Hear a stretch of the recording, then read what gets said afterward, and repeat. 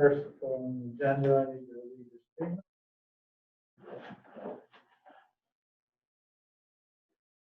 It is June 15th, 2020, I'm at the emergency station building in Enosburgh. Might need to speak up a little bit, just to capture them. Okay.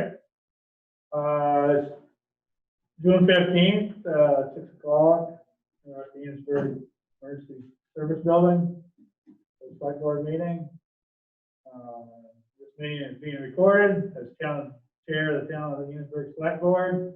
I find that due to the state of emergency declared by Governor Scott as a result of the COVID-19 pandemic, in response to the Addendum 6, the Executive Order 01-20 and Act 92, this public body is authorized to use electronically. In accordance with Act 92, there is no physical location to observe and listen contemporaneously to this meeting.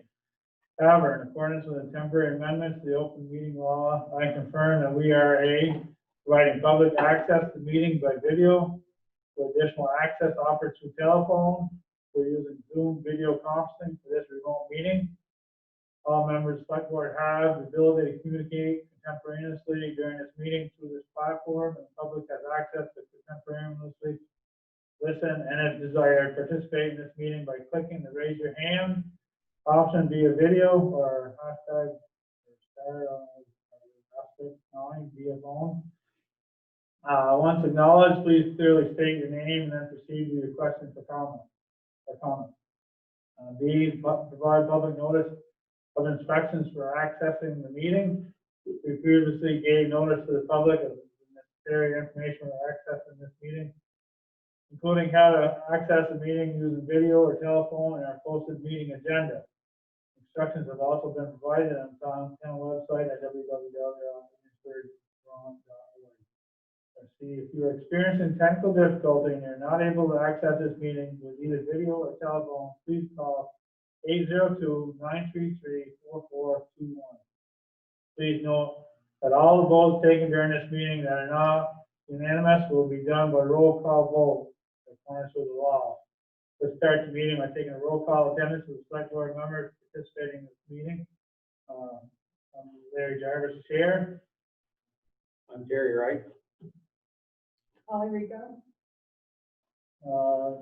Pierre Letourneau and Dean Wright are not present at this time. They may be showing up. As I hear the door opening right now, it's probably one of them. Just pause for a second. The sheriff. Oh, go ahead. No day. Okay, so we'll move on. The agenda, the first thing we need to do is see if we need to add anything to the agenda. And changes need to be made. Have the agenda. Put one on each. Oh. It looks a little bit. Oh, you're right. Okay. Yeah, no.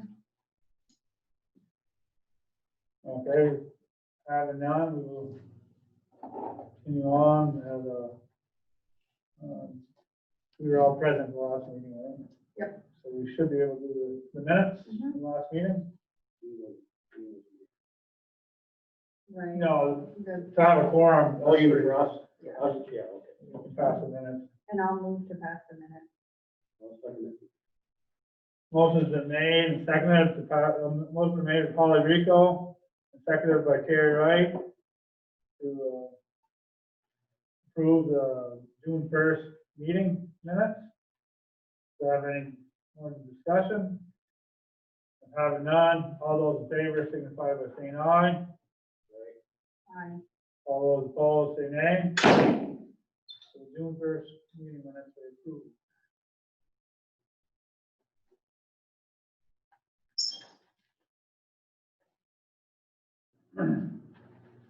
Okay, moving right along.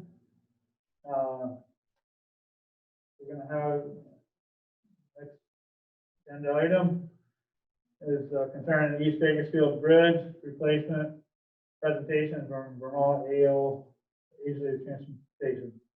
So they're online, so we'll let them have the floor at this time. Laura, go ahead.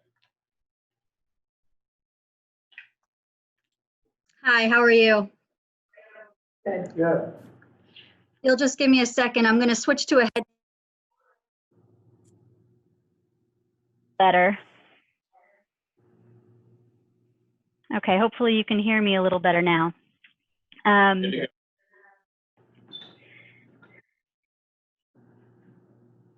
I need to share my screen.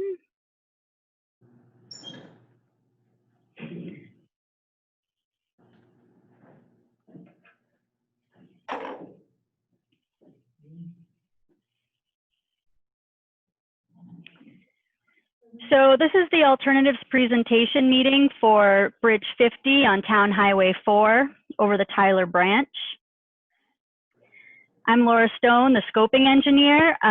Rob Young is the design project manager. I believe he will be joining the meeting shortly if he's not in already. I did not see his name on the list. So the purpose of the meeting tonight, we really want to provide an understanding of our approach to the project, provide an overview of the project constraints, go over the existing conditions of the bridge, discuss the alternatives that we considered, discuss our recommended alternative, and provide an opportunity to ask questions and voice concerns. So here's a location map. There's the bridge right there. And an aerial view. It is located on East Bakersfield Road, right at this kind of funky intersection with Enosburgh Mountain Road. You can see there's a lot of farmlands surrounding the bridge. So before I go into the existing conditions, I'm going to talk very briefly about our project development process. Then we're going to talk about the existing conditions of the bridge, again, the alternatives that we considered. We're going to talk about maintenance of traffic schedule, so when you can expect to see this in construction. Summary, next steps, and I have questions at the bottom, but I'm certainly open to answering questions as they come up, so feel free to interrupt me at any time. So here's a slide of our project development process. So right now the project's been funded, but we're at this really early stage in project development called project definition. It's where we identify resources, so environmental resources, historic resources, archaeological resources. We get survey, right-of-way. We find out the existing right-of-way.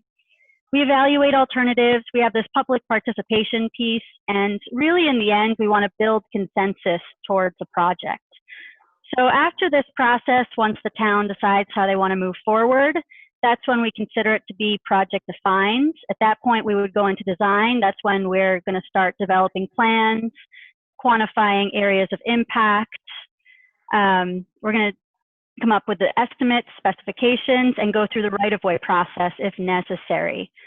After design, we'll award a contract, and that's when this will go into construction. So the project overview. Before the project overview, I just want to go over some descriptions of terms that we use. There's the bridge deck is the part that you ride on. The beams hold the deck up. A lot of times we call the deck and the beams together the superstructure. Then the foundation that holds the beams up on either end of the bridge, the part that the beams sit on, we call that the bridge seat. We also refer to this as an abutment or a substructure. So here's a picture looking west over Bridge 50. You can see there is a narrow bridge sign. The roadway is classified as a Class 2 town highway. It is a local road. It's a single-spanned rolled beam bridge, 74 feet in length, owned by the town of Enosburgh. So there is going to be a local funding share in this project. The bridge was constructed in 1918, so over 100 years old, and it was reconstructed in 1975. So here's a picture looking east over the bridge. There is a complicated intersection on the eastern side of the bridge. It is narrow, so right now we have a rail-to-rail width of 14 feet, which is substandard even for a one-lane structure. Our standard typical is 9-1, so that would be 2 9-foot lanes with a 1-foot shoulder on either end, so a 20-foot rail-to-rail width. As you know, the bridge was closed in March due to heavy deterioration of the abutments. I have some pictures of the abutments coming up, but it's comprised of rough rubble cobble, aggregate, and concrete mix, and there's no rebar, and so a lot of that rubble is coming undone. It's poured onto a steep ledge cut, and right now the abutment really is overhanging that ledge. It's not considered stable and could potentially come apart along its lower portion and fail along the ledge interface, so that's why the bridge was closed. The deck has some random shallow potholes with exposed rebar along the wheel line, and the existing bridge is too narrow for the traffic volumes present. So here's a picture of that abutment there. You can see this overhang here. This is a steep gorge, and so it is founded on all this kind of bedrock ledge outcrop here. So the deck is rated a 6, satisfactory. Superstructure is rated a 7, or good. And why we're here today, the substructure or the abutments, they are rated a 4, poor.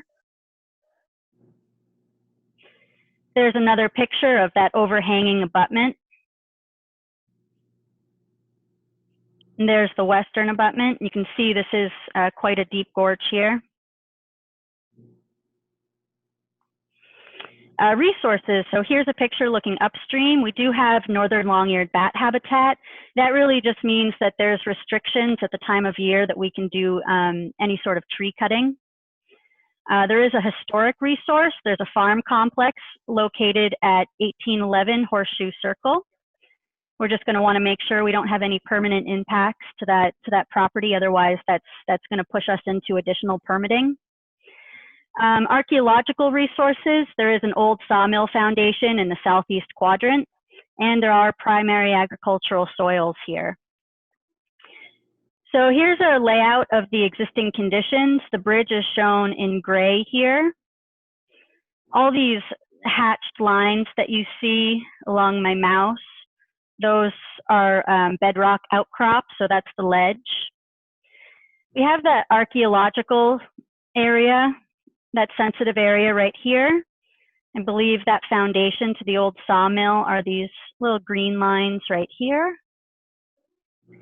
These light green lines are the existing right-of-way. So this is the town-owned right-of-way. So any limits outside of this will push us into a right-of-way process. And I'll go on to the next. So design criteria and considerations, we do have low traffic volumes here. There's an average daily traffic of 90 vehicles per day. A design hourly volume, so that's the peak hour of traffic, is 15 vehicles per hour, and a percent trucks of 10.2. So there is pretty high truck traffic here. Local concerns. So we sent out a local concerns questionnaire to the town a little while back, and these were some of the main points that the town brought up in that local questionnaire. The town did notify us that there's a dairy farm located at the east end of the bridge that has fields on the other side. They did say that currently no school buses are using the bridge. And the town feels that the bridge is too narrow at 14 feet wide, rail to rail, which, as I said, that is substandard, so it is too narrow. And they've requested a minimum 24-foot width from face of rail to face of rail, which exceeds the minimum standard by 4 feet. So the alternatives that we considered, no action. The town can go ahead and not do anything here, just have a permanent bridge closure. Obviously, there's an abutment failure. So there's no rehabilitation options that we looked at. So the other option is a full bridge replacement. It would be lengthened in order to found it on competent bedrock. So right now we have those abutments on, they're overhanging that ledge. So what we need to do is we really need to get those further back so they're on competent rock. We have layouts shown for a 20-foot rail to rail typical, which is the minimum standard. And as the town did request a 24-foot width, I have the layouts shown of that width as well.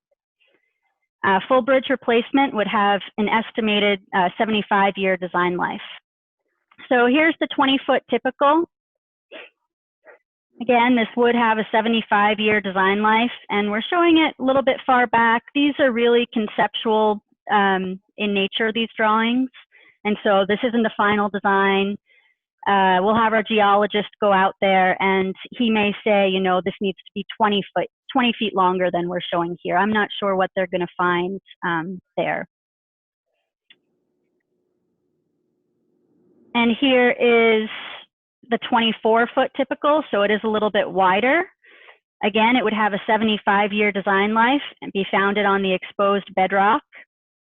And I'd also like to point out we're showing a slight shift in the horizontal alignment here. So that's the center line of the road. We are pushing it towards the bottom of the page. There are very steep slopes located along this wing wall here. This dashed line right here is some stone fill. I'm not sure if there were erosion issues there or why that stone was placed, but we are going to try to shift the bridge as far down the page as possible. So here's the profile. Shown here, there's a sag on the bridge. Again, these are really conceptual in nature. Once this goes into design, we'd look at potentially raising this grade a bit so there isn't as much of a sag. Bring this up a bit. So our recommended alternative, we'd recommend replacing this bridge, full bridge replacement. Again, the substructures founded further back on competent bedrock. Widen to meet the minimum standards. So here we want to recommend a 10-foot, 2-foot typical. I think with all the farm traffic, with that intersection right there, we think that that's definitely a reasonable request. Again, the horizontal alignment would shift to the upstream side slightly. Potential raise in vertical grade, and a new bridge would have a 75-year design life. So the maintenance of traffic options, we considered an off-site detour and a temporary bridge. Currently, again, the bridge is closed to traffic, so an off-site detour would just utilize the detour that's being used right now. There's also the option to put in a temporary bridge, and I'll discuss it once I get to the cost matrix that looks at the different costs, but if the town does decide to put in a temporary bridge for construction, the town share goes from 5% to 10%, and I'll break down what those costs look like in a couple slides from now. So road closure, detour chosen and signed by town, now through construction. The shortest detour is 6.6 miles end to end. That's what's shown here. I'm aware that on Sand Hill Road, there's a very narrow, I believe it's a pony truss. It's load rated, it's extremely narrow, not appropriate certainly for heavy farm equipment. And I assume that any heavier traffic would go up to Boston Post Road up here. We got too far. Yeah, we talked about, I don't know if we talked about the construction year. We are planning on accelerating this and trying to get it out for next summer. So I know the bridge is just closed, so I think the idea is, I think there were some discussions early on, maybe with Jim Code about a temporary bridge, but the idea is that we're going to work with our internal folks with our right-of-way and permitters and see if we can't get it advertised in early spring. If everyone accepts the scope the way we have it with a new bridge, and try to get that for construction next summer. So yeah, if you look at the alternatives matrix, I guess she has the alternative one is the full bridge with offsite detour, and she did look at a temporary bridge. Probably the big thing to point out with the temporary bridge is the town's participation. You can see, I don't know about the 1, 2, 3, 4th line down. Yeah, the 3rd down, it says town share on the left. So Act 153 allows towns to reduce their cost share in half if they don't use a temporary bridge. That just reduces overall impacts, reduces the cost of the temporary bridge. So that's, that's something that's attractive to a lot of towns. And so you get half the cost, but you also lose, you reduce the overall cost because you don't have that temporary bridge. So you kind of get some double savings there. And so, yeah, that's at 85,871, whereas at the 10% with the temporary bridge is 214,812. And that's for design as well as construction. So that's a pretty significant difference there. I guess we can go to the next slide.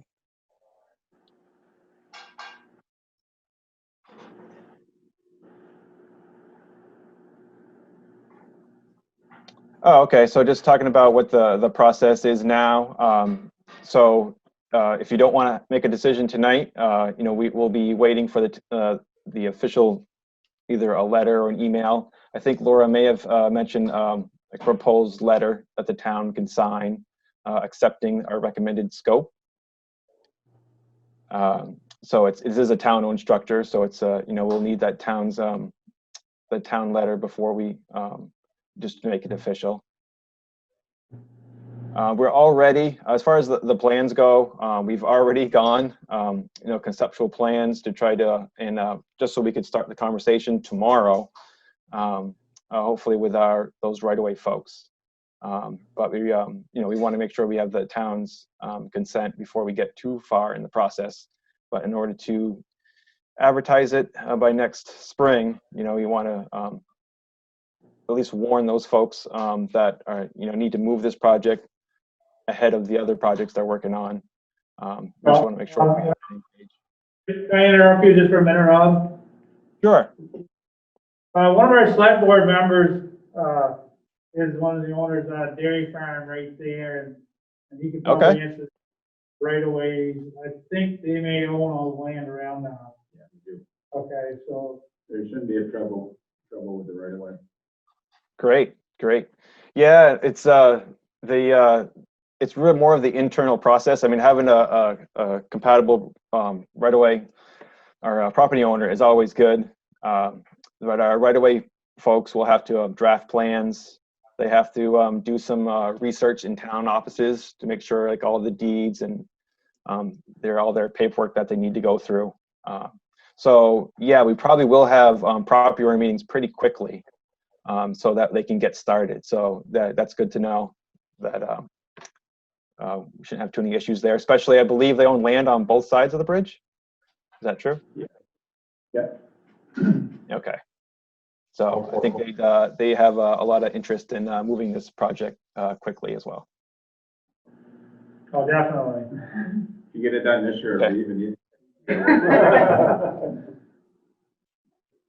Okay. I guess you go to the next slide.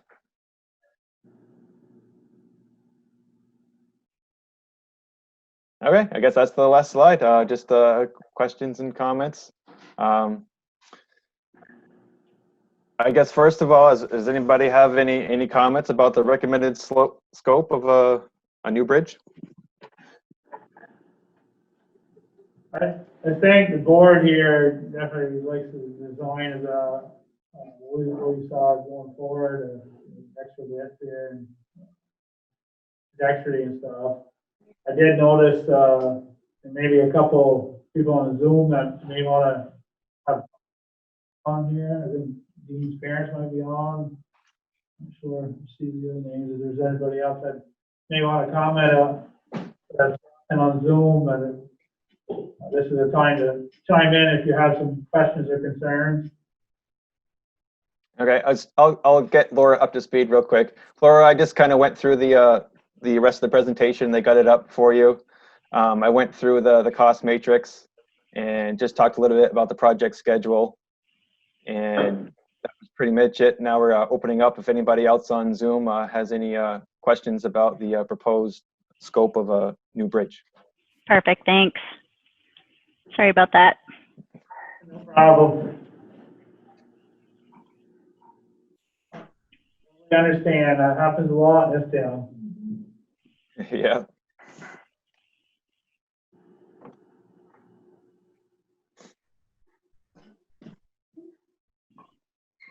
But I think if there are people that are watching on Zoom and don't have a comment at this point, they probably can write it forward, I'm guessing, because they are participants through Zoom and may have some concerns later. We encourage that if you have some later comments. So Rob, I know there's two options as far as width that were talked about, 20-foot inside a rail and then 24-foot inside a rail. It sounded like you thought that was a reasonable request to go with the 24-foot inside a rail, and that's probably the proposed width that you're going to go with the plans here in the future. Is that correct? Yeah, I mean, we looked at I guess we showed the two options there, but 24 feet is, if that's what recommended by the town, that is what we'll move forward with. Is that what the, We could probably mention that on the approval letter. I don't know, Flora, if you have that specific bridge width in the approval letter, but that should probably be in there. I'll give an option to the town, a checkbox for each. So I'll send a letter to the town that you can fill out that says you want to go forward with such alternative. And that'll be one of the options on the approval letter. was the cost breakdown, was that for the 20-foot or 24-foot? Do you hear that, Laura? Yeah, I believe that was for the standard width for a 20-foot, and I can give the cost difference to the town via an email. Okay.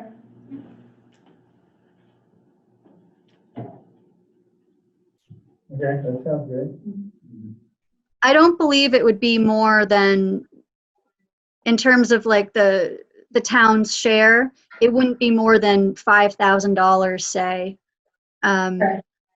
to add on bridge width. Bridge width.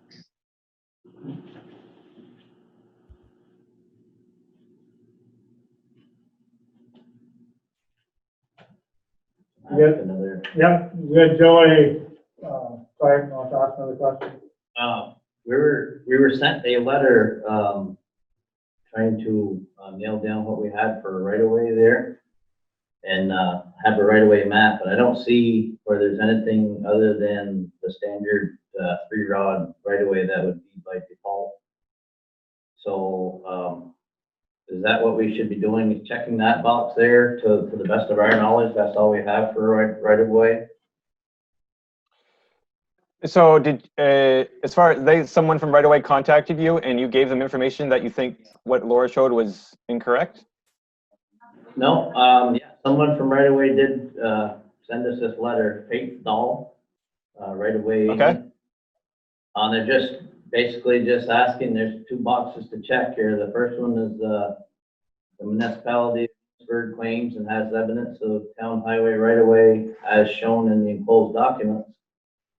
Or the second box to check is lacking sufficient evidence, the municipality of Enosburgh claims a statutory 3-rod right of way. And Yeah, so that's the default. Yeah, so if you don't have any evidence yourself, then I believe that you would just acknowledge that it would default back to 3 rods. Right, and you said that they're gonna check the town records and deeds and whatnot. Right. If there is. Yep, as soon as we, once we determine what the impacts to the adjacent property owners are, they've got to do a title search for those adjacent property owners as a part of their process. Okay. Do you think they would, if there is only the standard by default 3-rod right of way, do you think there's a lot of work that's going to have to happen outside of that right of way as far as, placing equipment? I'm thinking most of the work, I don't know if we can see that presentation again, but most of the work, because we shifted that alignment, I think it's upstream, there'll be, since we're moving the abutments back, there really isn't much earthwork to do because it's up on the hill. We're not going to be down in the river or anything. It'll be up high on the bank.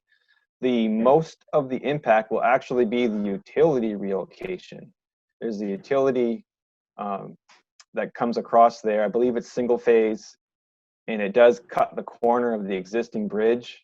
So it'll likely be the, you know, an overhead utility easement and a utility pole on the, I guess on the north side on the Enosburgh Mountain Road is going to have a, you know, a new pole on that side. So there'll be an easements associated with that. That'll probably be the, you know, the biggest permanent easement. The other easements will likely be, you know, small slopes near the wing walls on top of the bank. Yeah. Well, like we said before. But that overhead, yeah, I'm just not sure about what there are for trees there. So they may need to, you know, cut a new tree line for that utility relocation. Yeah, okay. Well, Dean Wright, said is the owner of the farm, and he's on the board, and I think probably any, even temporary easement that we would need to. Oh, he didn't tell me that. Oh, now we're in trouble. So it should be a pretty easy process if we need to step outside of our right of way, either even temporarily or whatever it may be. Yeah, and we can work with them if they get a place to park stuff for construction and whatever too. You can make all that work. Whatever it takes to make it happen quicker. Right. Okay, no, that's good to hear. Well, yeah, like I said, a lot of it is process on our end, so we just gotta, you know, kind of move it up the queue so that we can, you know, get the paperwork. One thing I will mention, this is a town road, town bridge. There is a town maintenance right-of-way agreement that will happen. Basically, when we talked about the 5% versus the 10%, it's an agreement that the town signs, just so that with the state will essentially pay for the costs and the town will reimburse us for that 5%. So it's just an agreement that you will pay that 5%.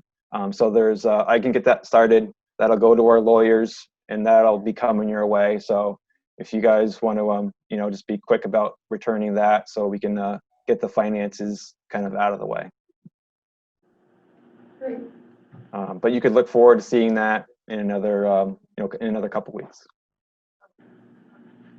That'd be great, thanks. Great, thank you so much. Got anything All else? right. Right now, Joey, or? No, I think all the questions I had on the list here, they're answered through the presentation.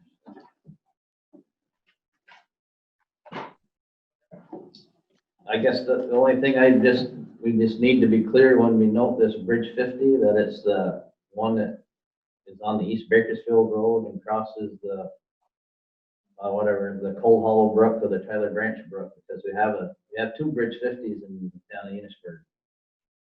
We also have one down here in the village. It's by the falls, so it's just, I think so far we've been able to keep them separated here, but just a note to make sure that we always reference what road it's on or what stream it crosses so that we don't get cross-threaded.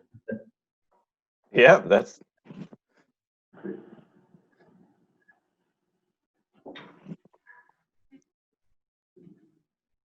Okay.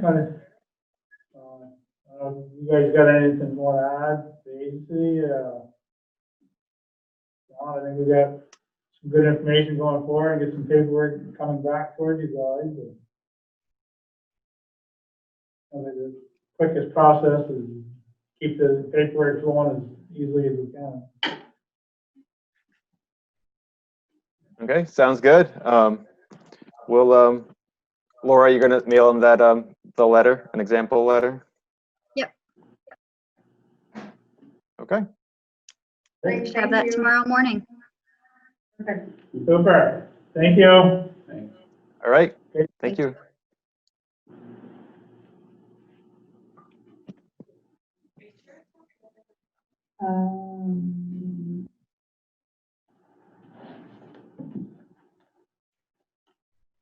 Do we, Make a motion or something? yeah, do you want to talk about which option? I'm kind of leaning towards the no temporary bridge, just for cost savings, but I don't know what you're all thinking. That's what I'm saying. At this point, for us, it's gonna be, this year, it's gonna put a temporary, and it's gonna help us this year. They're gonna be able to have a temporary in while they're doing it anyways, so it's really not gonna make much difference. I'd rather have the bridge done and save us some money. Save the town some money, yeah, for sure. Then put a temporary in and cost more and take longer. Should she notate this? So I think, so I'll make a motion, I think maybe you just shouldn't vote. But I'll make a motion to pursue the option 1 with the bridge replacement with no temporary bridge. 24. At 24 feet, at 24 feet, correct. For the extra money, I think it's well worth. Oh, for sure, yeah. If she said that our cost share would Should increase be 5,000. about 5,000, that makes perfect sense. I'll second it. So Father Rico made a motion, go with the, basically we call it option 1 of no temporary bridge, going with a 24-foot wide new bridge. And Terry Wright seconded that. Any more discussion? And if having none, all those in favor signify by saying aye. All those opposed say nay. And so make a note, Dean abstained.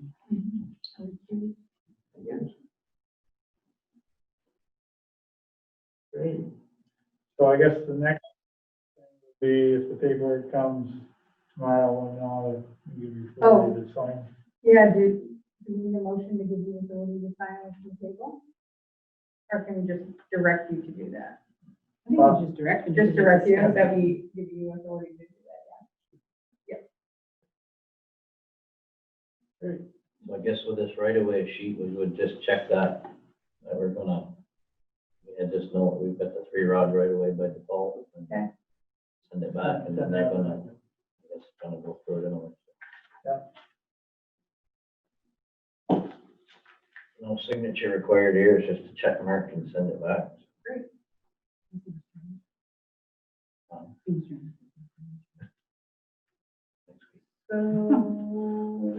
So Next, this one. you see on the agenda, we've got an executive that we'll be on the end, but that's like at 7:45. And I don't know if we want to move that stuff around or you want time or what, because I've got some other stuff too, I don't know if I wanna do it now or when I come back, or whatever. it's a good deal. Next thing on the agenda is at 7 o'clock.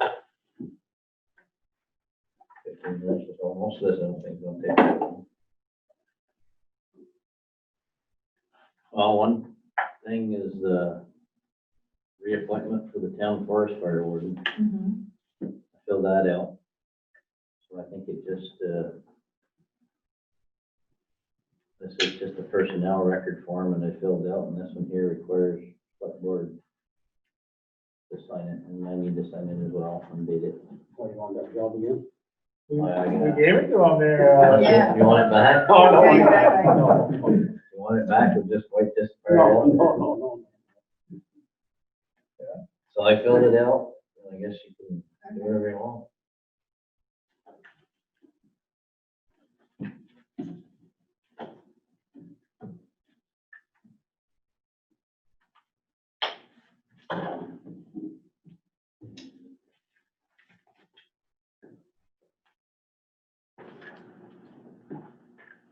Been 5 years already.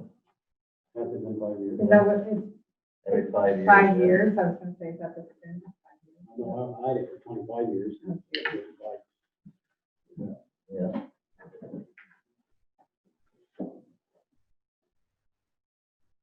The thing is, they paid a lot more than I ever got paid. Double it. But it's 10-0? All What else right. you got? I have a driveway permit for Zach Jarvis up here in the Boston Post Road, subdividing parcel of land from his existing residence and property. And lots of driveway access permit for it, up across Larry's Meadows. That's actually his. His meadows, but runs at UHay, so. Yeah. So, yeah, I just put in, he needs an 18-inch culvert. Kind of tried to talk him into going off his existing driveway and branching off, but he had quite a few reasons that weren't gonna work or didn't really fit what he wanted to do there, and concerns with kids getting off the buses and whatnot. So, Right. it just was a thought. I was trying to consolidate as many of these driveways as we can Yeah. and try to cut them down. But I guess if he was going after 2 subdivisions right now before he had a system in place there, it'd be a little easier to just say that. Then you just. What you can do, but Right. I can understand if a person wants to buy a piece of land, have their own house, they probably don't want their own driveway. Okay. So I got that. I signed the first page and the second page, and I think the second page is all we really want to sign right now, because the third one is like the After. final approval afterwards. For the second.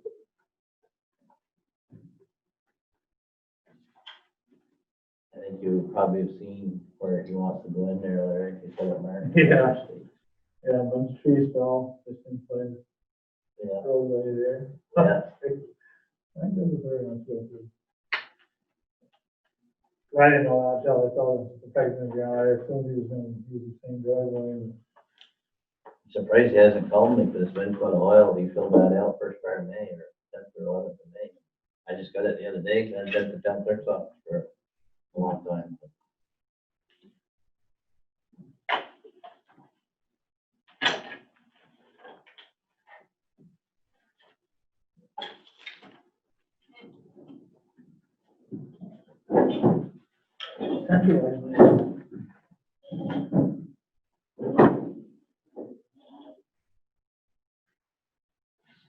And the only other thing, I guess, you want to do that now is, or did you have that separate on the agenda, that local emergency operations plan?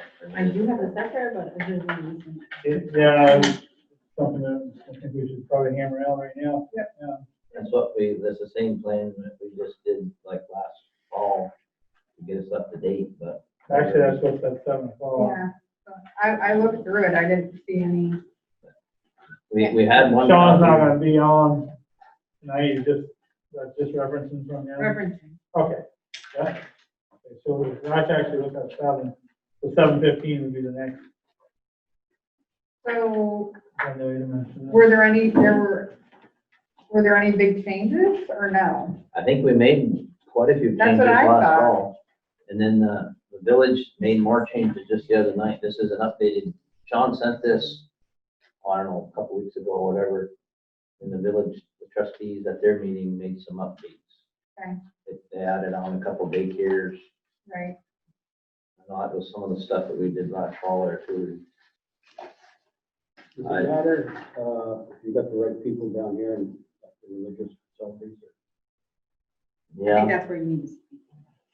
I mean, that's the Well, idea is to have the right names in the right places. Enosburgh Methodist Church, John Bloy's not here anymore. Okay. Okay, And I don't know who is here. okay. He's gonna be gone. The contact information is probably the same, right? Phone number? or- Yeah, the phone number. I don't have the phone number of the parsonage or not, because, I don't know if there's anybody living here. There. There isn't. So I don't know. I could call Mrs. Epley in the morning and find out who is who. No, She- they're, she keeps her phone. She was probably- yeah, they called something else, VFA, something. Right. With the contact is still marked. Yeah, that's No, it's not ours. a big deal, but it is the Okay. idea is to change names and phone numbers and emails or whatever to keep this updated to, right? There's just one change on number 10, just McDermott's milk transportation's not called that anymore, and Right? contact may be different. So probably the best thing is to take one copy and cross out Right. and make the changes and then Billy Joel can send it to Sean. You make one yours, I didn't make myself a copy for tonight. Yeah, I think Polly's, you're Yeah. doing them on yours, Polly, Yeah, I just don't know what to put in this place. for McDermott? Yeah, but the It's DFA. DFA, but we don't know who the contact is. If you call up there, you want to talk to Julie Rice. That we done, just 2144. Oh, Julie Right, Rice. okay. She's, There you go. She's there most of the time, and I think she's pretty much. Okay, didn't know that. And then you said the Methodist church, what page was that on, Gary? Page 6. Oh, yeah, right there, 6, okay, Not John Bly, but. It's not John Bly. I can find out in the morning. okay. Okay, I looked through and what I knew was correct. There's a lot I don't know. I'm sure some of this information's in other towns, so.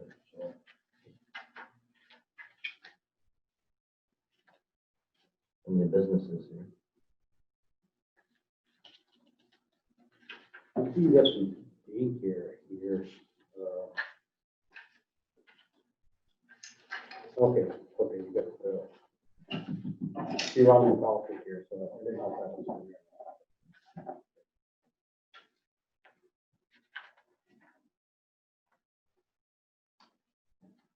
This is updated, it's supposed to be updated every year.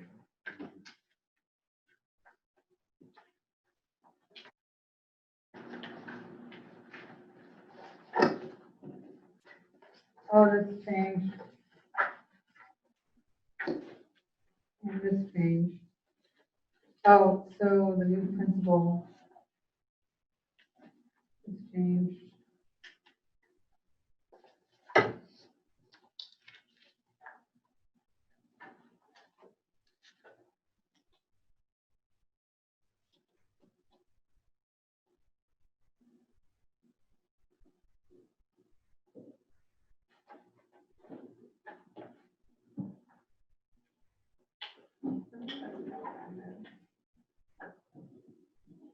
Is Sandy our health officer now, not you, She has signed. Yeah, papers. she is.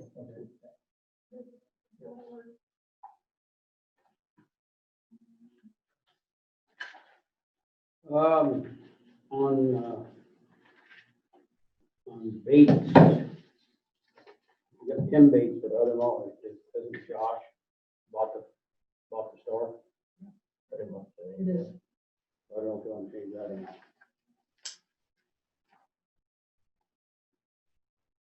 Maybe that 285 number is not the right one. No, Josh is a gate. If I get-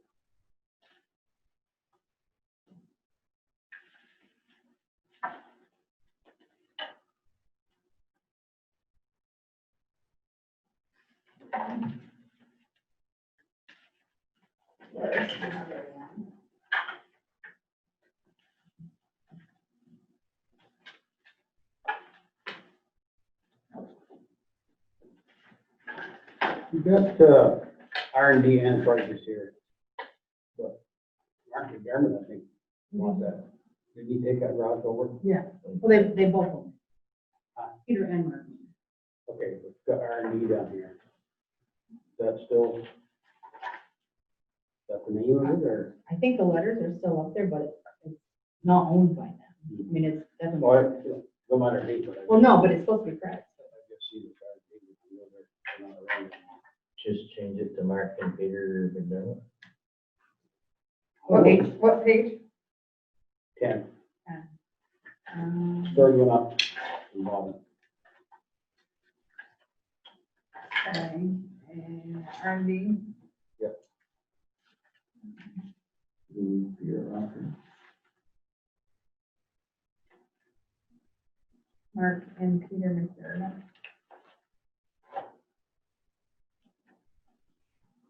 Okay. Did you get the health officer? Oh, Or yeah, was that what already- page was that? I don't know. I tried to remember. Ian mentioned. 13.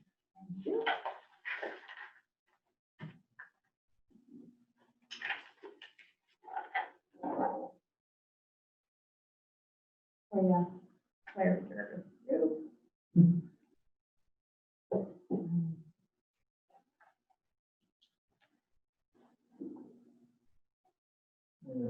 And then, Those numbers have been- we don't have the phone numbers, we should though.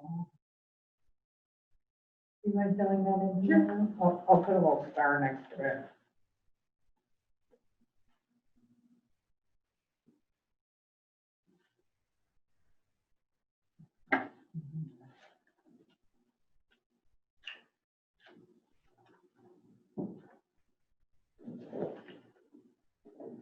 Okay.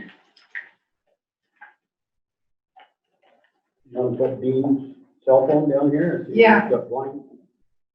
It won't work anyways. I think it's Morse code. Yeah.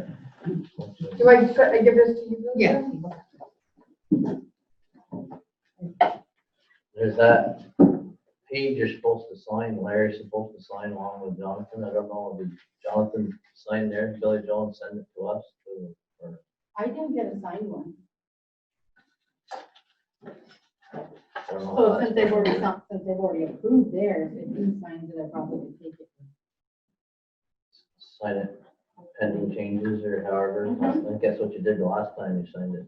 Yeah. Changes. So, probably have a motion and then, Signing of the corrections. I'll move to sign the emergency management plan with the corrections noted. there's been a motion and second, a motion by Polly Rico and a second by Dean Wright. To sign local emergency management plan with the changes, changes that we corrected tonight. Any more discussion? Having none, all those in favor, signify by saying aye. Aye. All those opposed, say nay.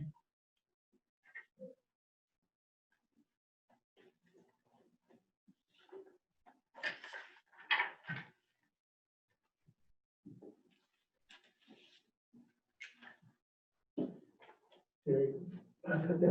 Okay. Okay.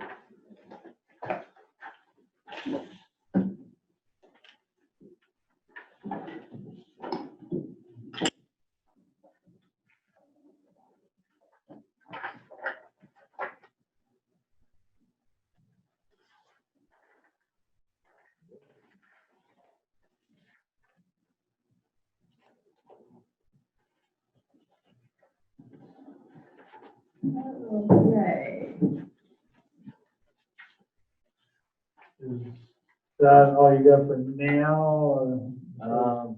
Executive part? Yeah, that's it. We can probably move through most of the rest as quickly as possible and, I think so. maybe a call back or. Okay. Revisit that, so we got it scheduled at 7:45. 7:45. What time is it now? Probably won't take that. And we have the rec fields, discussion at 7:15. Police contracting at 7:30, and then computer contract discussion at 7:35, and then we go to the. Okay. I'll be back. Okay. Thanks, Joey.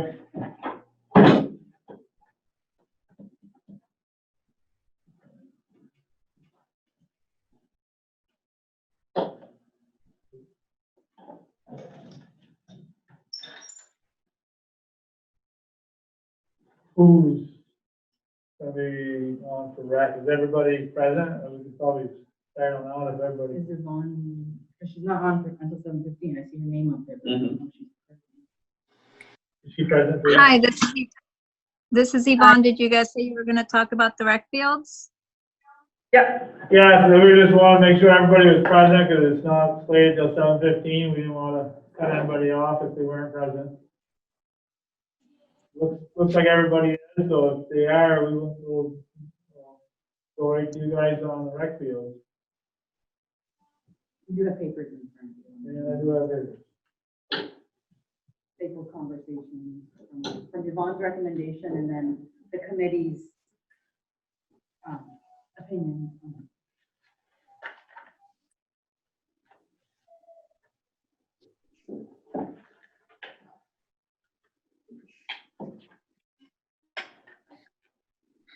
So I guess we'll be discussing, the rec fields at the fire station? Yes. No, the area center, just fire station? Just fire station. Okay. Okay, I don't know if Yvonne wants to take the lead or Donna or. Sure. So we recently received a request to use the soccer fields we've been using facility use forms for people that want to use the field, just so we can, know who's using it when, and so we know that, we have a schedule for everyone. So a soccer club recently requested to use the field starting in July. And it really didn't occur to me that it would be, an issue, but the more that I did research on it with the guidelines and looking into what soccer association requires, or even with the new guidelines from the Department of Health, and mainly because it's the emergency services building. The field is next to the emergencies building. It just seemed like it might be a conflict. It might be a problem to have people use the fields right now, just because of the situation we're in with the lack of accessible bathrooms on site right now. Because of COVID, we don't have any porta potties in the field this year. And of course, the emergency services building is close to the public. And even though it's close to the public, it's unlocked. And being how the emergency services building holds, the people who provide, emergency services to our community, I would think we don't want to encourage people to go in there and use the bathrooms and expose, the workers that are in the building to COVID-19. I would hope that people will not use that bathroom, but it happens now. So that was really my main concern. After I spoke it over with Billy Joe as well, she kind of explained the situation to me as well. And I, of course, it's you guys' call. It's a big choice, so that's just my opinion of what I saw.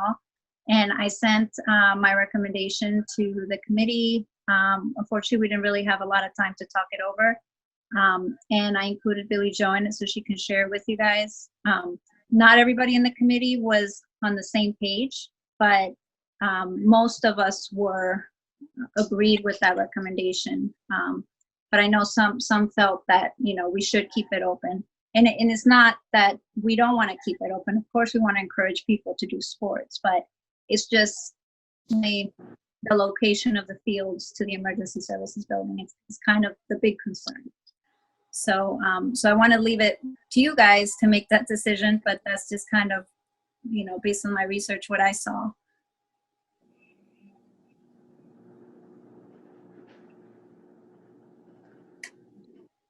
You want to chime in, or Felicia? I'm curious, Yvonne, did you hear responses from more than just Felicia and myself? I did. I received, actually everybody had a response. Not everybody replied all because we didn't want to break meeting law rules, but Steve and Jen and Amy, they all agreed with my recommendation.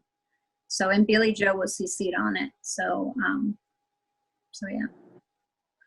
And we have So those. I guess my only thought is for the select board to consider what the stance is that the state has taken as far as organized sports. And I would think that if the select board were to do this, I would hope that the organization, first of all, I think that the forms should go beyond, with the state of the way things are, the forms should go on beyond the rec board for approval by the select board. And whoever is requesting to use the fields should have to provide some kind of COVID release and protocol along with the certificate of insurance and whatever else the form is requesting. I can tell you that Natalie is participating in a travel softball team, and the COVID protocol is extremely stringent. We're using the fields in Franklin. The Missisquoi Little League is in the process of trying to see if we have enough participation to organize. And we would obviously, if we're not sure what fields as a group the league would be using or wanting to use, But we do have also, the Missisquoi Little League is coming up with very strict COVID protocol, I guess, for lack of a better term. And so, you know, I guess if this, my recommendation would be, or my recommendation, but my thought would be if the select board, we're going to open up the fields. I mean, I don't know if the fields were ever officially closed. I don't think there's a sign up there or anything that says the fields are closed. Is there? Well, Oh, I think it's closed to organized events, organized groups. Right. The emergency Right. services building, I believe they do have a sign on the door though. Right. And Yeah. so, and those organized groups should have to be submitting a form anyway. So I guess my only thought would be if we open up the fields, the select board should have the final say on who gets to use them. And there should be some kind of COVID protocol that's included and acceptable. I mean, we have waivers that have to be signed. Who oversees, you talked about the softball, who oversees to make sure that the protocols are followed? The coach and the organization. So in order for Natalie to participate, the parents had to sign a waiver basically saying that they were going to adhere to this protocol. When she gets to the field, they sanitize, hand sanitize. There's no sharing of equipment. The kids are always 6 feet apart when they're running drills. They're sanitizing in between activities. I mean, it's really strict. I mean, there's no messing around. And the protocol is followed or you don't participate, basically. So, I mean, you know, I think that's an example of an organization that, you know, is doing that. And I would think if we were to open those fields up, we would expect that those organizations would be, you know, providing the same kind of type of protocol. You know, I don't know. I feel like the state is is opening up for organized sports. And I know it's a town by town decision and, you know, whatever you guys decide, you decide. But, you know, I think that facility use form and all the bits and pieces of it would need to be followed, you know, including an insurance or certificate. I mean, I wouldn't say that it would be approved before you had all those pieces. That's just my thought. And I think that even, it's not, just so it's clear, it's not that we don't want to open it up. I think we should open it up wherever there's a, you know, field. I think it's just the location that was the big concern in you know, the facilities, basically. We don't have someone to clean them right now, but, you know, maybe that could change. I think, you know, someone's supposed to clean the facilities or anything that people touch right after they use it, right? But we don't have that right now. Right. So that I guess that's part of the issue is that it's this building and the bathroom issue. Because yes, if somebody enters the building, like for instance, for us to be here, somebody has to clean it after anytime somebody enters the building. So I guess I totally see about the field issue and why wouldn't we have people follow those protocols, but there's this building issue. Whereas the dairy center, though, I don't think has that issue. You know, that might be an option. Is that something that you'd entertain or no? So, like I said, I was just giving the Mrs. Little League as an example. We haven't even submitted a use form or a request to use that field yet. The Little League itself I was just using that as an example. I think the only use form that Yvonne has is from the soccer organization at this point. Right. Okay. Mm-hmm. I think, I would, go ahead. if possible, I'd like to kind of chime in. Sorry for the squeaky toy, Cooper. Stop, please. I think if we're able to incorporate kind of a COVID safety checklist into our use forms, like we're seeing in a lot of other municipalities, that's going to be really the best way to kind of let people safely get the stir crazy out of their system and use kind of a lot of these town resources that we do have that I think are incredibly valuable. just touching base with what we're doing on the state level to open things back up and doing that in recommendation with the data and all of the safety protocols that we can. I'd say it shouldn't be too difficult on that form with the safety protocol for COVID to say coaches don't allow people in the building. That building is closed, we're not to go in.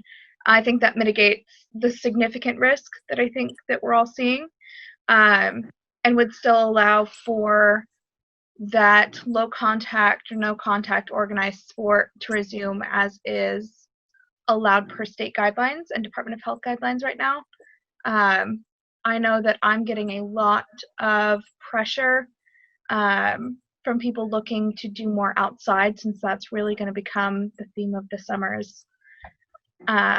So I'd advocate to the select board, do what you think is right and necessary and safe, but if possible, to look at putting some COVID protocols around our facilities form and trying to get things going where possible safely.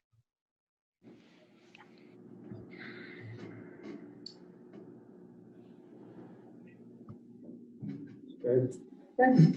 Yeah, I definitely, I can see issues every way you look at it and stuff, and, this building is a little different, being around rec areas and the way it's been used in the past, and you can expect children to use it and stuff, but there's always adults, I think one of the protocols, you'd almost have to have a guard, somebody standing by the door here, but the sports are being played, to say, no, you can't. I mean, you can have signs all you want.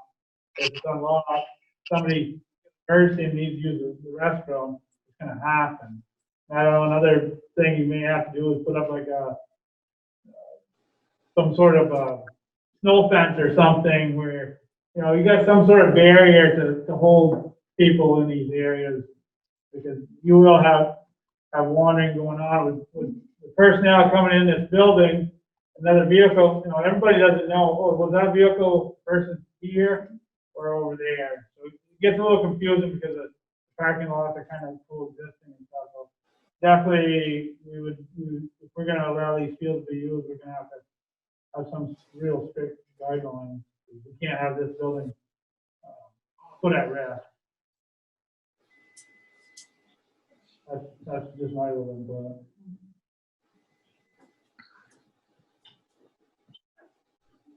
It seems like the governor keeps extending different things too. I don't know. Our hearing today, the 15th of July now is some of the official opening. I don't know if the sports are now or did I get pushed back? I was on traveling, so I didn't get a meeting discussion from today. I think they opened up the organized sports a couple of weeks ago. As of July 15th, organized sports were allowed to practice, and as of July 1st, we can actually play games. June 15th? June 15th. Yeah, June 15th. Sorry, June 15th, we could start practicing, and July 1st, we can play games. No more than 25 participants and no more than 25 spectators. And just to comment, the emergency orders are being extended until they can just be done away with altogether. But done away with is going to be that the risk is gone or can be mitigated solely by the Department of Health reporting to the legislature and doesn't need to involve the executive branch via executive orders. So while we're still in this kind of opening the spigot and reopening slowly, the governor needs the authority to make those changes to reopen and to amend his existing executive orders regarding the state of emergency. So the state of emergency extension doesn't necessarily mean it's still getting worse. It's solely around his authority to make the guidelines around COVID. Otherwise, it goes to the legislature, and we're supposed to be out of there by the end of June. So, my other thought would be, whoever wants to use the field, make them complete the form and make them bring their COVID protocol plan to the select board and present it to the select board and let the select board make it, if you choose to do that, make a decision as to whether they feel their protocol is acceptable. Put the onus back on that organization. That's essentially what Natalie's team had to do, as an example. Exactly. You can have a protocol in place, but it's the policing of it that's the problem. Yeah, I mean, I guess, yeah, I get that. I'm thinking if I'm the person who's the head of the organization that's coming to you and saying, this is our protocol and this is our plan. I mean, that's putting a lot of onus on me. I guess we could also say it's not a 1, 2, or 3 strike, it's like one and done, if you don't abide by that, it's completely closed down, so it has to be very strict, and then you will get conformity. Yvonne, what are other towns doing? Do you know? I'm sorry, can you repeat that? What are other towns doing, like Swanton, and what are other towns doing as far as their recreation fields? Well, from what I've seen, from what I've looked at, I couldn't see what towns nearby are doing, but I know places like Williston, for example, they offer a soccer program in the summer, or I guess fall, and they canceled it altogether just because of the uncertainty. They just not all rec programs offer soccer, so that's why it was hard to compare. But I know, for example, Williston did cancel theirs for the year. I saw there was an organization from St. Albans, another club, who also canceled it altogether. Just, I think in those cases, it was just, people were just like, it's just too, for some groups, I understand, it seems like really complicated. So they just decided to cancel for the year. But I'm sure there are organizations out there that are doing it. And again, I don't think it's impossible. I just think the big concern when I was looking at it, and I kept going back and forth in my head, was the location of the field to the emergency services building. It just, and the fact that we putting, sanitizing the space if somebody used it, or even if we put out porta potties, like who's gonna make sure that they're clean every time that, hold on, baby, sorry, I'm here with my daughter. Every time that somebody uses them. Hi.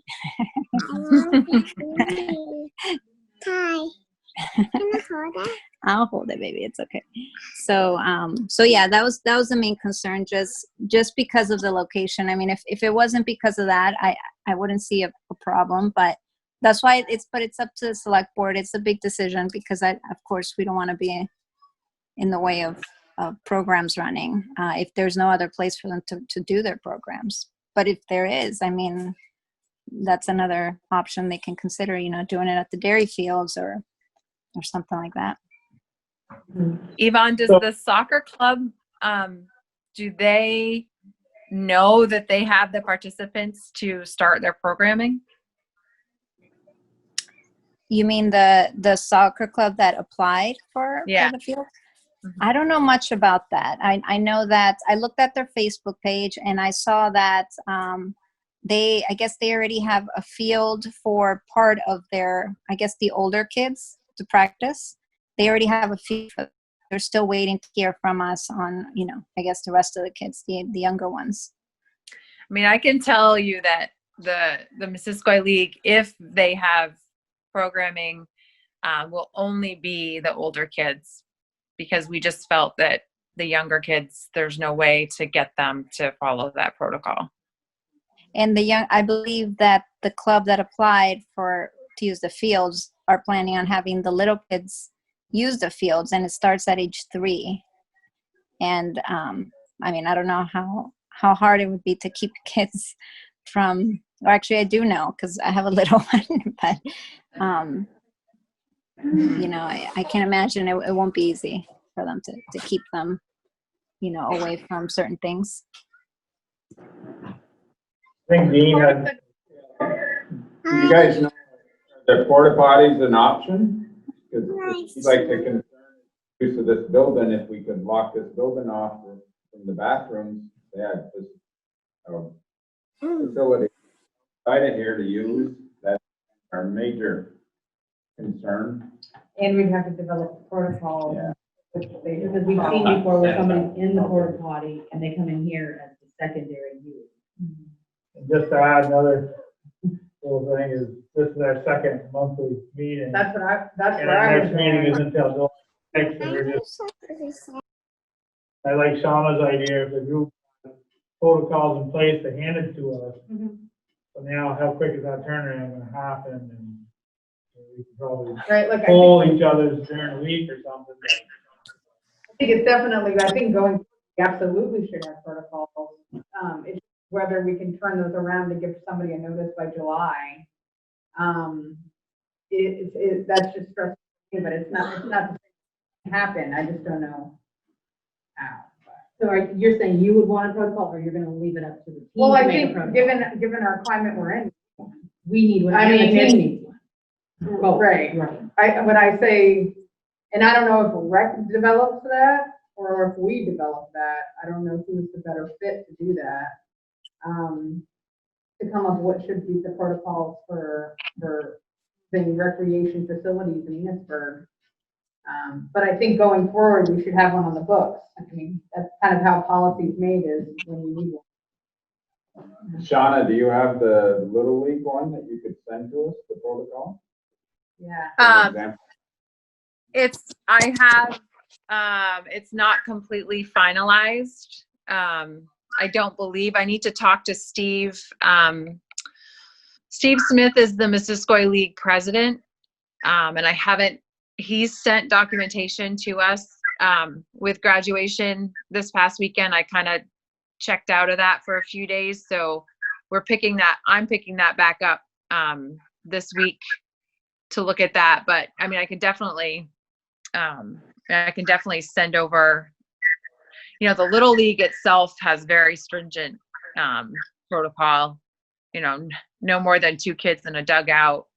The rest of the team's 6 feet apart behind the dugout, no sharing of equipment. It's honestly, it's very strict. I'm really curious to see when families really see what the program looks like, how many will participate. I know there's some that will. We're waiting to find out what Swanton, what Northwest and St. Albans are going to do. I think they're making a decision on the 22nd of June. I know Georgia Little League canceled their season. But Colchester, I think, is playing. Fairfax, I think, is playing. I mean, I think the biggest thing would, like I said, would be, that use form. I honestly feel like if somebody wants to use the field, I mean, I know the use form that Yvonne came up with is great, but I feel like they should have to, bring that form and bring their certificate of insurance and bring all the parts and pieces and submit it and present it to the rec board or the select board in this case, because of, what the nature is, and put the, like I said, put the onus on them to own the whole thing. If they want if they want to have their program bad enough, they should have all their ducks in a row, including that certificate of insurance and all the other parts and pieces that were part of it to begin with. And then decide from there if it's good enough for what the town feels the liability is.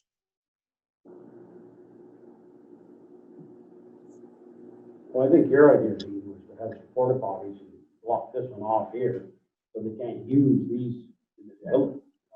Some sort of fencing and stuff, and barrier, too expensive, or something like that. Direct them, and their options are all over there. Right, but even just block that off right there. So that's You kind of gotta somehow lock the doors or somehow so they can't even come in. We can't lock the doors because, It's yeah, safe, you can't lock. safe haven. And just, today, just seeing other people using this,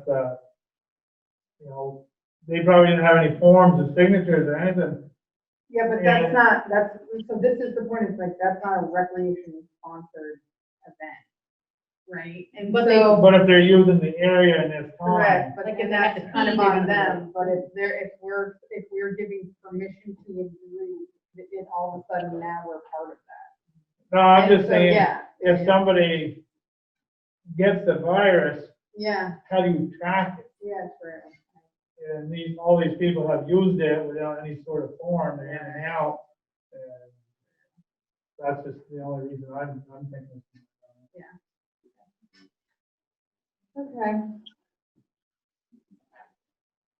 Definitely a lot more things to think about, you know, that we've never really ever thought of doing, and definitely to have kids pursue recreation is something we don't want to hinder, but, we have to do it safely. So, yeah, I'm hoping that stuff gets sent to BJ, if we can look at it, if we can do it safely, but, you know, how quick can we do that? Maybe a little bit of time period, 2-3 weeks, I don't know. I mean, so somebody's gonna have to research what other towns are doing. What is the CDC guidelines? What are the state guidelines? Like, have to get all those pieces in a row and then come up with a protocol for people to follow. Then you have to get them in here to a meeting, pitch their plan, and then for us, so that's why I'm thinking, by the time all of this happens, the season might be. What was their date of use of them? What was that? What was the date the soccer club needed the field to use? They just said July, and I know in the form they put July, and they were going to confirm once we let them know. I don't think they have set dates yet. Yvonne, have they provided the certificate of insurance and the other parts and pieces to the form before all this? Not yet, because I know the man that's organizing it, Randy, he's waiting to hear, basically. He wants to submit it again because he said he has different dates now. So the one that he sent me, I guess, is not, but he still wants to start in July. Just the specific dates, he said he was going to change them. So we haven't gotten there yet. Nope. We're going to do anything until our next meeting. You know, until everything is in front of us. Well, we need to get this information gathered and Right. come up with something, because, you know, we're talking July, and then we keep on going, like I said, the season will be done. Right. I mean, you know, once we haven't got anything to go by tonight. Right. We're gonna have to. I think that's the purpose of this meeting, is try to drum up some different ideas. Right. Protocols which other teams or towns are using. As long as they got this stuff put in front of us next week. Which is what, 6. So Paula, you weren't saying that you feel it's too big of a task for the season, or are you? I'm saying, so me personally, just thinking about the amount of kind of legwork it takes to come up with that, and I don't know if Breck is gonna do that or if we're gonna do that. That in order to get that protocol in place, then have, you said it's Randy who's pitching this soccer? To have Randy come and pitch the idea and for us to approve, I mean, you're already talking the middle of July. And so I'm not saying that I'm against, I think it's valid that we want people to use the fields, like Yvonne's saying, we want to, this. But as far as the actual logistics, it seems a little, I don't know. For them to participate, it would be easier to use the A center, because you don't have this building. Right, you wouldn't have, So you still would have to have some sort of protocols, even if it's over there. Exactly. So it'd be different than it would be here. Yvonne, did he say anything about having any COVID protocols in place already? Or like, you know, a plan for his team, for his club? Not to me. No, he hasn't mentioned anything. He just put in the request. What I can do is I can reach out to more rec departments. I know, you know, it's hard to compare because not all of them offer soccer, but I can try to reach out to more to see if I can get some some examples of what people are doing. And if it's a matter of having a COVID protocol checklist and have it at the dairy center, that might be, like, again, I keep coming back to easier, then you can just go down through the checklist and say, yep, you're doing this, you're doing that, you're doing this. But this building adds a whole other layer to that, I feel like. So, okay, this is just a question. If they're using the dairy center, does the town have anything to do with it at that point? No, we just pay for the mowing. Right, so, They would need to have lease. They Right. have that. right. Yep. It would be kind of between them and, I would think, right, between them and lease. Exactly. Right, so it kind of takes the town out of it. Unless. Maybe, I don't know. If Enosburgh Rec is gonna be any way affiliated, like soccer program brought to you by Enosburgh Rec, well, then now we have skin in the game. But if it's Right. just a soccer club going, saying, can we use your field, that's a lease soccer club agreement, Right. and continue to Yeah. run the field. Yeah. Yvonne, you're not talking about like rec programming. You're talking about specific, like, other organizations wanting to use the field through the facility use form. Right. Yeah. Other organizations trying to use the field. Yeah. Yeah, because we haven't even gotten that far with rec conversation about any kind of non-virtual programming, really. Right. I think the only protocol that we had started to, I guess, talk about was at the community center. And even that, I mean, it's been kind of a concern because the space is not very big. So it's not like we can keep too many people apart. And then it's the issue with sanitizing. So, I mean, my thought about rec programming, most of the rec programming that we do is for those like the non-school provided age, you know what I mean? Like grade 2 and under. And I think that would be so hard to do any of this. I mean, like as far as the Little League goes, I mean, it wasn't even a hard discussion about not including that age group. And we're talking about doing minor league and major league, which is 9, 10, 11, and 12-year-olds. And thinking that, that in itself is going to be, right. Keeping those kids on, staying on top of them to follow protocol. Might be good to have So- a brand protocol for the COVID stuff.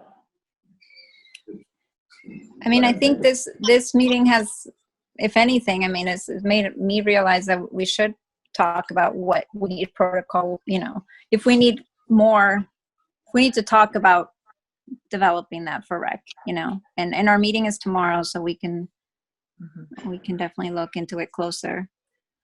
I don't know, there's specific coaches, different leagues, use this more than others, like you got Randy Swingbank.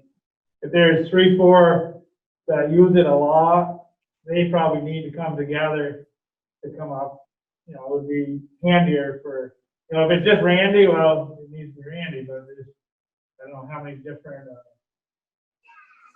coaching groups utilize this each year, like he does. I think as far as soccer, the only people that use the field as far as organized groups are Randy's club and then the schools. That's it. Mm-hmm. And then of course Enosburgh Rec, if we decide to do the soccer program for the little kids in the fall, which we still have time to decide that. So. Okay. You need to find a coach. Was that Sean? Yeah.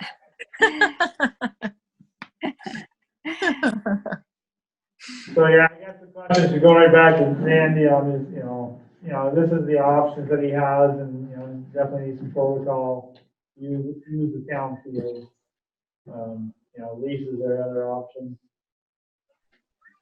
Okay.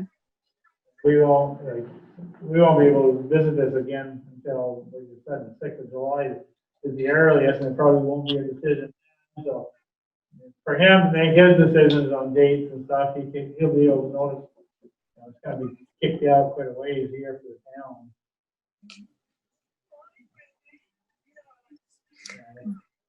You know, if anybody else does it this year,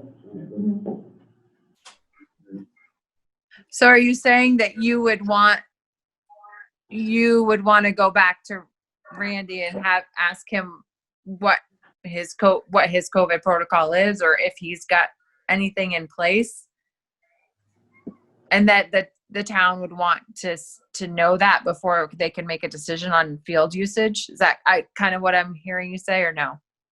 Yeah, we don't have anything in place now, so if they want to put something in front of us to look at, or we have to research it ourselves, and try to put something in place, which is, you know, going to be time consuming for us.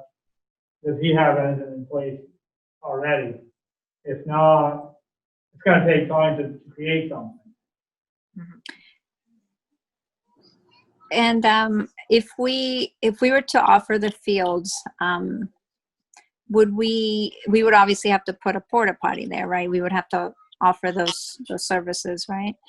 And then, and then part of the protocol would be that we would have to figure out, he would have to figure out how to keep that clean if kids need to use it every time somebody uses it. And somebody would have to be there to make sure that it's done. So I wonder what the country club does, because they have porta potties at the country club outside, and I think that's the only facility that they have there for people to use. I wonder if the company does something. I'm curious about that. I was thinking the same thing. I was traveling back today, and I stopped at the rest area. We just wanted to sit down and grab a snack that we had. And I see the porta potties out there in the parking lot. So it crossed my mind. I didn't go to the porta potties, but it's like, well, what do they do here? I don't think anybody looked at it, you know, not the rest area. So yeah, we definitely Maybe once a day or something like that. need to have, you know, sanitized soap hanging or something. I mean, something that's accessible, or they have to provide something that's accessible to these buildings. yeah, especially if there's going to be little kids using that porta potty, the little ones. You know, they need guidance to make sure that, you know, wash your hands after you use the bathroom and stuff like that. So Yeah, I mean, it's Not simple.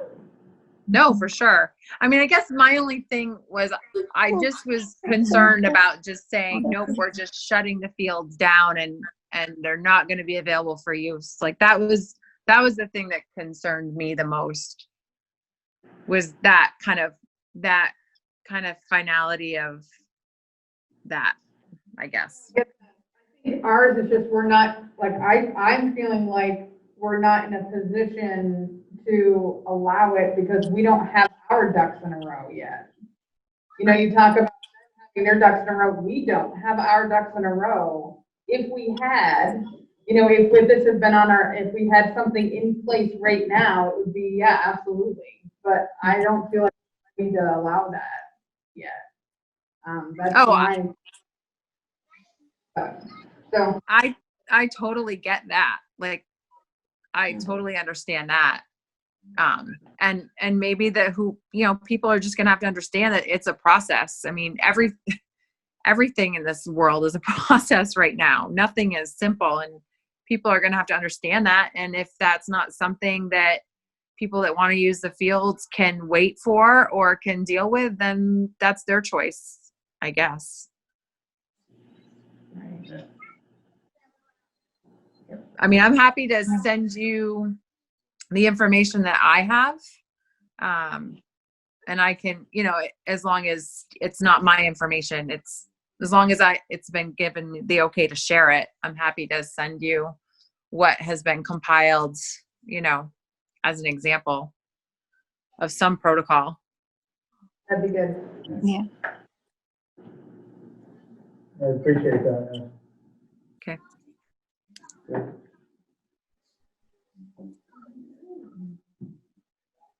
So. Yep. We'll Anybody else? Yep, I think we're good. We'll just, yeah, send that to us. Have that conversation with Rec tomorrow and see what they think as far as COVID protocols. And, yeah, we'll bring it up at the next meeting. We'll put it on the agenda. Definitely. Can I ask one more question? Sure. Is there, Billy Joe, is there a way to find out if, like, the porta potty company, like if you order a porta potty and they deliver it, if they have something in place? Sure, I'll call them tomorrow. Okay. So do you want it to fit? Yeah, we normally do, we don't yet. Or are they business? Do you know? I don't know. I've seen them go through town. You have. We'll have to call. Because we're gonna need one soon up there if we can get one. Okay.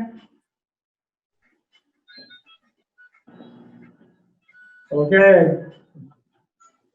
Well, try to get something going one way or the other. We deal with this because this thing is not going away. We need to, as a town, come up with something. And I think if you said June 15 was the opening date, you know, in a couple of weeks, you're probably gonna have more examples across the state and countries of what other schools and towns are doing. And, you know, what works for somebody, and we can follow suit, something in place. Going forward. Okay? Yep.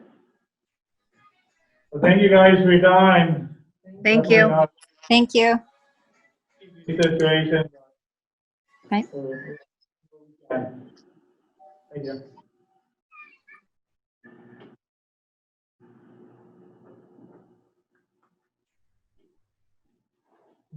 I think if Randy is serious about still wanting to use these fields, then he needs to probably approach us at the July meeting so we can. Well, if he has protocols. But then again, we have to do research to say, is his protocols what CDC protocols are? Right. Like, we have to do our homework. Yeah. Yeah. And then, so maybe we'll try to get protocol in place a little sooner if somebody's still wanting to. Felicia. Yeah. But we try to give them a very clear answer on what the comment is. Signature to share. You're good. I mean, I'm under like, it's on us, if everything goes down, and that's why I'm like, if we don't have our ducks in a row, somewhere in town. I like to do that a lot because I coach you and get as long. No way I'm doing it. I was shocked to see soccer. I didn't have contact sports in the first place. Oh, right? No So, way. yeah, when you're supposed to keep your distance and the kid takes the ball. There's no way soccer is a non-contact sport. Yeah, right. So I was surprised to see that. I guess if you're just like, looking at the skills, But just knowing I how, don't remember what text you know, me being the head coach, I might have one, maybe two parents help out. right? Somebody there. Even with all that, I mean, I had 37 kids last year. Yeah, I remember, that was crazy. There's no way to manage that, and keep them in separate groups, and And you've got kids under 10 or whatever. there was no way. Okay, so policing contract, is that where we're at? Okay, yeah, I got one item in front of that. So this is due to COVID-19 impact on the operation relating duties of listers and assessors. There's been extension of all towns to August 15th, 2020, granted in place all acts mentioned, 32 BSA and 4341, pretty much 32 BSA and 5404B for transmission to the Director of Division of Property Evaluation and Review. Are also extended to September 15th, electronic gain list.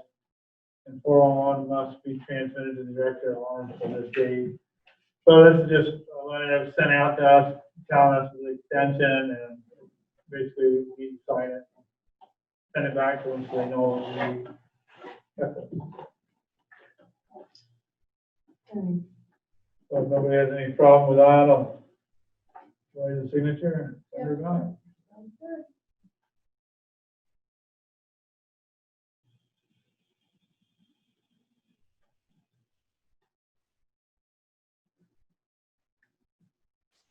We lost our ground. So We were ahead for a long time. Now we're not. What is she talking about? Okay, so now we'll move on to the sheriff contract. And we wanna have this- Right. Basically,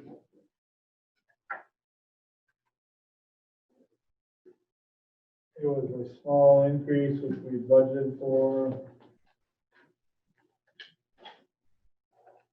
And then folks in there.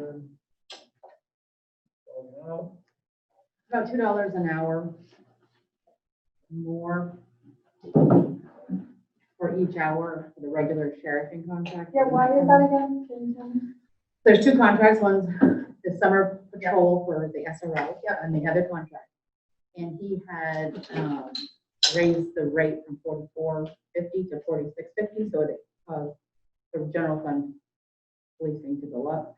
We had allotted for that, but then the SRO one came in and it was a little more than $3,000 for the summer part. So I talked to him and explained the budget problem. He absolutely understood, and he said, okay, we'll level fund for this year, but I will apply for grants through the COVID funds that are available to get you guys some extra summertime. So why, remind me, why are we getting a contract now? I thought we went January.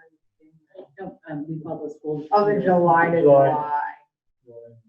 But didn't we sign the contract a couple months ago? The sheriff's contract? You might have for this, no, the schools was last year. No, we We- didn't, we got it. We got We it. got it, we just haven't We reviewed signed. that, but And we they're didn't due- know that, I think that's we were all right with that, we didn't know of the school one, which was running higher. And it was for more years.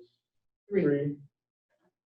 And this other one was only for 1 year, we were trying to run them together, so we never budgeted for any difference for the SRO. Ollie, I want to ask you a question. Mm. about the SRO. Yeah. What do you think, now, I have nothing against Jim Lynch, he's a hell of a nice guy. But this is gonna make like what, 4 years, probably gonna be, right? I don't know. And I just think they get too comfortable. I would think that maybe 2 years and then they move on to another school or they move on. I know that he and, LaBrie, is it LaBrie who's in Richford now? LaBeer, not LaBeer. LaBeer, they're creating like lots of school programs for kids. I mean, maybe if they're here for a while, they're able to actually start stuff like that. Well, I Like don't. they're starting like a drug awareness group, stuff like that. I That's don't my know. opinion, what I see, they get some tough folks, you know, where they are. So, which we wanna go with, this is the SRO one.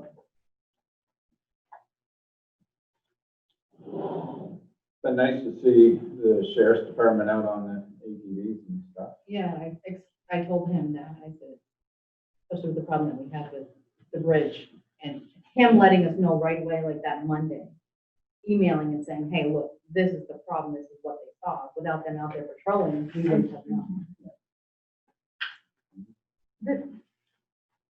Are we talking about this? No. Okay. Well, I didn't put it on the agenda. Okay. Your pleasure. That is what I got, I went through it compared to last. Are these your notes? Yes. Oh, okay. So we had that presented in 2013-14 from Lebanon. Right. So then this is what The the new ambulance director has updated, and I made notes of the changes. Okay. I went and compared both of them and Yeah. found the changes. Okay, thank you. So I'll take it and read it. We'll take it and The, I'll take it and read it. the police contract, the, none of traffic violations or other citations, have they changed over the years? Do we have, is there any I told Larry the other day that it seems to be that we're getting, a tiny bit more money on traffic fines over the last 2 months, 3 months. So I know that they're out there writing more tickets. And typically we would see like an $88 or $96, $100. And the last couple of months, we've gotten $400 and $500 from civil fines. So they're out there making tickets. I've noticed increase. Yeah, for sure. I was, there were people, somebody was getting tickets in the most random of places. I was like, wow, they must be just popping out of the woods.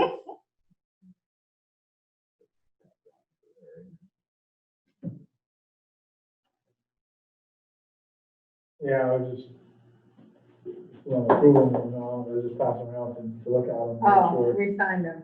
Okay. And more than that. Put something in front of me, it gets messy.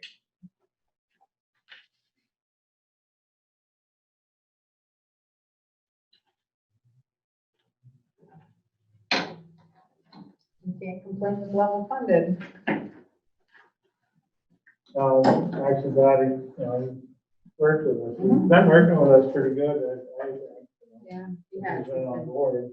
Very easy to contact, and any issues arise. I mean, I don't have to wait hours or days. He's right on. I see you in the tail end of the parade there. Oh, was he? Yeah, And it's nice to see him really good. participate in things like that, not just traffic stops. Right.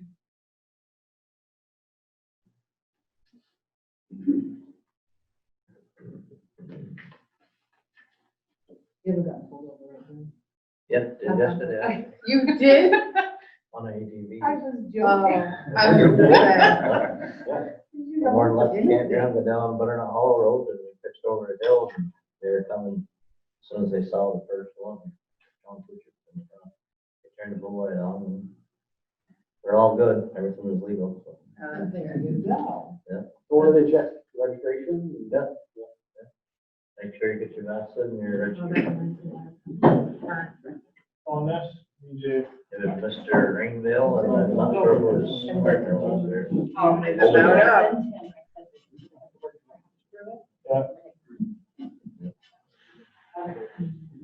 There was a The time date is when the I last page. reading ticket wondering. That's good. I think And it's you're all, doing I think it's all, it's just, with this ATV thing, I think Vermont's thinking of following these other states as far as the revenue and accommodating them. I think it's like a test, and they're just wanting to see how people are behaving. I'm not opposed to them. I just worry about communicating. Gonna have that. I know, but I think having them out Yeah, there. Okay, yeah. so now the next agenda item is, the computer contract. Yeah. So I'm gonna just jump right on it. Sean and I have been talking, Sean was looking it over, and it kind of dawned on me when we talked about, oh, look at Sean's book, it kind of dawned on me, we talked about this buying of equipment and how that was pretty substantial of what that was gonna cost us, and then we talked with Dave, and he said, oh, it's a lease, he leased the equipment, but it was still pretty significant. So it dawned on me, with schools, you have these contracts because you buy so much equipment, you get them at a much lower rate. And I didn't know if there was something for municipalities, so I called Vermont League of Cities and Towns. And yes, Vermont municipalities fall under the state contract. So the state, you can buy all of your hardware at a reduced cost through the state contract. Because they buy so much equipment that they get it at a much lower rate. So that being said, you can talk about what the contract would cost us, but kind of what we were batting around with, it might make sense that we go through this state contract to buy our equipment and then have they service it. I think it makes way more sense, but you can go ahead and talk about that. I don't have to get into all the math, but I did a pretty sense of cost comparison between the two. On the left is the software as a service. That's not including the hardware as a lease. And then the center column is hardware as a service. That is leasing the hardware, us not purchasing it. And really broke it down, the kind of different elements there. I did find out today that hardware as a service may be $130 more per month than what they originally estimated. It looks like they made an error in the unit count. So your $4,500 would be $4,650, something like that. So it's actually higher than what that estimate was. They made an error and they only counted 14 systems rather than the 16 of what it is. In the short of it, I mean, I didn't see, I got a couple questions answered. I had a few kind of, I'll call them red flags, call them yellow flags that I had questions about that they were able to clarify.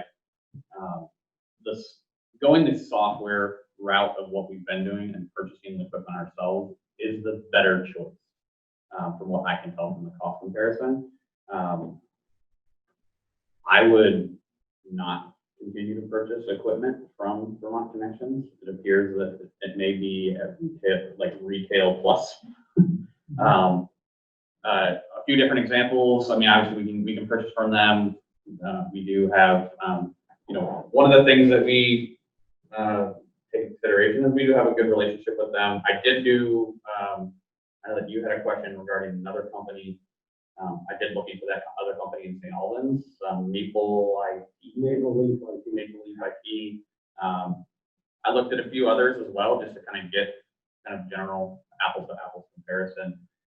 Maple Leaf didn't have what I would want for expertise. They have a lot of experience in hardware sales. They have very little experience in IT management. It's not a company. If something bad were to happen and we need disaster recovery, probably not the company that we would want. I'm sure they're fine folks, but for our purposes, it's probably not a I company. was just looking for something cheaper. Yeah, right. On the hardware side, you know, we have a couple different options. Continue to purchase items through Vermont Connections. We can buy retail direct from manufacturers. Dell or CDW is a company that does government programs as well. Or the Vermont Building and General Services Program, which I was on there today. They have probably 15 different you know, partner programs to be able to purchase. I did call around to a couple of them, depending on what our order is. So essentially, whatever the list price is, minus an additional 10 to 25%, depending on what you purchase and how much. So I did a comparison of, I don't have the full fleet of what we have for all 16 systems. I only have what I know that I have is the laptop. My laptop purchased through CDW would be about $750. I don't know offhand what it was through Vermont Connections. I want to say maybe 11 or 1200. If you kind of take that same model of replacement, let's say on average, you know, we know that the rugged laptops they have are much more expensive. Let's say $1,000 per system. You're looking at about $16,000 to replace everything. All 16 systems. You know, and you don't have to do it every 3 years. You could stretch it out to 4 or 5, or put that plan in place. And the cost saving difference is significant. If you look kind of on the bottom line here, kind of down the bottom row, that's where you're seeing that replacement every 3 years, 16,000, or replacement every 5 years, 16,000. That's not going to be different. It's going to be approximately the same. And then I kind of broke out what the hardware as a service would be over that same period, and then what the savings would be should you just go with the software as a service. So over the lifetime of that 5-year agreement, if you purchase your own equipment, you have close to $100,000 savings over a 5-year period if you decided to only go with the software as the solution, not the hardware. Right. So it's significant. It's not, Right. It's not a. So you're saying if we bought the equipment ourselves, Yep. not through Vermont Connections at all, we just go with like the state contract? You would still save money if you went that route. but there's more savings if you look elsewhere. There's more savings if you go, Beyond the state contract? no, through the state, you could purchase them through Vermont Connections, your hardware. Let's say that's the option we decide to continue to go with, that has been the model. You still could do that, you would still save, but should you do the route of purchasing the equipment through, Someplace else? you know, something like CDW, or the discounts would be even cheaper if you did through the state program. Right, and then, so if we just did the servicing, the software and the servicing. Yep. You're saying we would save $100,000 over 5 years? If you were to not do the hardware. If you're Correct. comparing the hardware. If we were versus to buy the software. hardware someplace else and Yes. then bring in Vermont Connections to service it and provide software, we save $100,000 over 5 years. Correct. That's the route we should So, go. when Vermont Connections set up the new computers and stuff for Yeah, it? we- Hire them or? Yep, we would purchase them ourselves, and then they would either, I don't know if they come here, or we can probably even send them directly to them, and they can set them up on the spot from their facility. I'm not sure exactly how they do it, but yeah, they set them up, and it's on their network at that point. So that's why I'm wondering if could we contact maybe Dave and say, we're looking to buy our equipment ourselves, like not through Vermont Connections, because we have this ability to get these deals. Mhm. Can you provide us a contract? And they are not, I've verified, they are not one of the state vendors. They are not one of the state vendors. Okay. So, could they provide us a contract with the software and servicing? And that appears with that first one is, there is that, The first one, but the first one had the purchasing of the. they had a purchase of like half the stock of equipment, which like, kind of highlights my point of their price for hardware is expensive. Right. My estimate to replace the entire fleet is about $16,000, which you don't have to do all at one time. Their estimate to replace half was $18,000. I think it's because half is leased, like everything in Right. this building is leased because of the issue that we had. Right. So we did that on a lease Yep. because we couldn't afford to buy everything else, but everything else that we have elsewhere is purchased. Yeah. Just this building. Just this. Okay. And there so should be 6. the 3,949, that is that contract That's the per month, per month, is that without purchasing? correct? Okay, That's just the software. that's just the software Yep. and the servicing. Correct. Yep.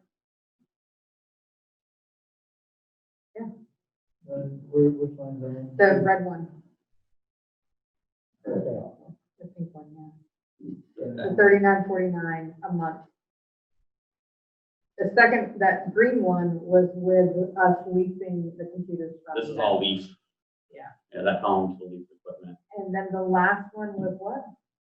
This is just the differential. What is Oh, the that's the savings difference, if you were to okay. only go with the Right, software? so you can see the bottom line, the difference between the red and the green is $96,000 over 5 years. And that's for purchasing, you know, that's a comparison of leasing the equipment versus purchasing the equipment.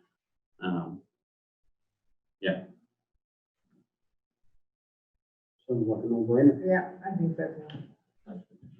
I was surprised to see how deep the BGS catalog of vendors was. There's a lot of companies, you know, 5-6 years, when the time comes again, I mean, there's more time. I think there's definitely something to be said for the relationship that you guys have with Vermont Connections. And, you know, there's definitely some infrastructure here, and there's servers and switches and things like that they've gone through and put in. Great. You don't want to just sever that connection, but if you can find areas to save. Yeah, exactly. And it appears to be the hardware. There's definitely a big savings over a period of 5 years.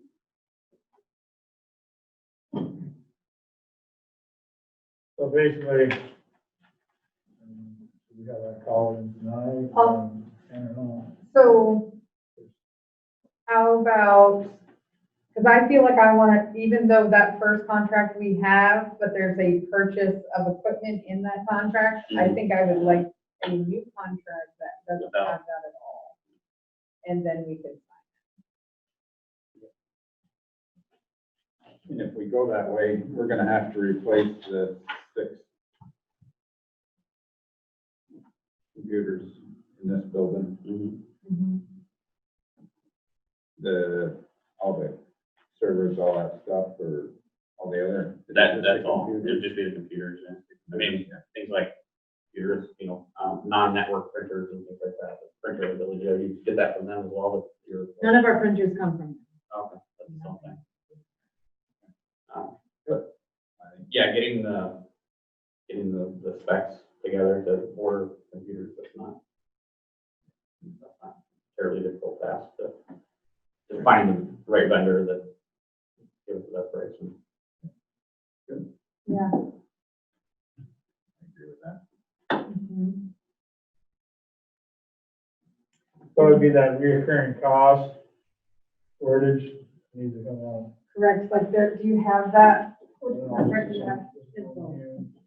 So it's, I know they're titled the same, it's kind of confusing. Yeah. yeah, it's the other one, that one. So but you see that, yeah, where it's on there? See that bottom part, that 17,000 he has in for the base building he's gonna purchase? I'd be inclined to sign that contract because it's where we wanna be. I just want that removed so it doesn't look like That's we're, right, and the box above it too. yeah. So, okay. That whole- But I agree, you felt like have a new, whole new contract. Yeah, just basically like, this is what we're purchasing from you. Everything else seemed to align. Yeah. There wasn't anything else. I called some folks who very much work in this industry for several years, and there wasn't anything that was too wonky or kind of out of range. Yeah. So it very much, outside of that, the hardware one was a little off, price-wise. Like, that's And I think we should definitely keep a relationship with them because Absolutely. we have done very good by us, but yeah, I think, and now knowing that we can get the hardware at a much cheaper cost. on a fun side note, we now have our first public Wi-Fi hotspot here. Did it come through? Yeah. I didn't think about it. No, Right on and the utility pole. Sean was saying that that the state pays for those, that it's like the Rolls Royce of equipment. Yeah.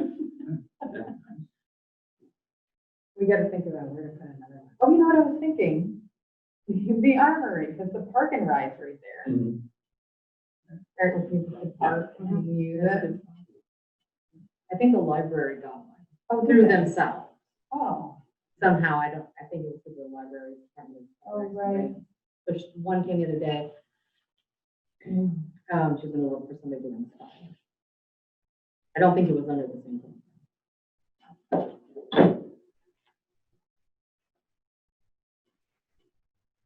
So this ambulance service agreement is for information, or are we doing? That was what he presented. He made changes and he wants you guys to review it and then approve it at a meeting. okay. Did he highlight changes? I did. So homework program. Homework, do your homework. I get a detention.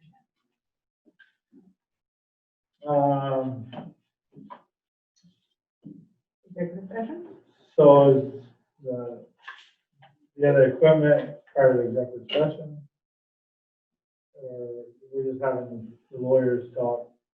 Oh, the lawyers are supposed to be talking. Yeah. Okay, so, yeah, to give you guys, if everybody hasn't been updated, the monitor situation, Oh, okay. there's language in the lease agreement that Vaughn didn't like at all. Okay.